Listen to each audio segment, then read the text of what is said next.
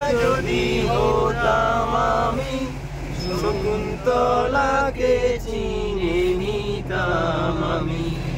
আংটি থাকুক না থাকুক তার আঙুলে, যেতাম না কখনো যেতাকে ভুলে। আংটি থাকুক না থাকুক তার আঙুলে, যেতাম না কখনো যেতাকে ভুলে। সুমন্ত রাজা যদি হতাম আমি শকুন্তলাকে চিনে নিতাম। আংটি থাকুক না থাকুক তার আঙুলে, যেতাম না কখনো যেতাকে ভুলে।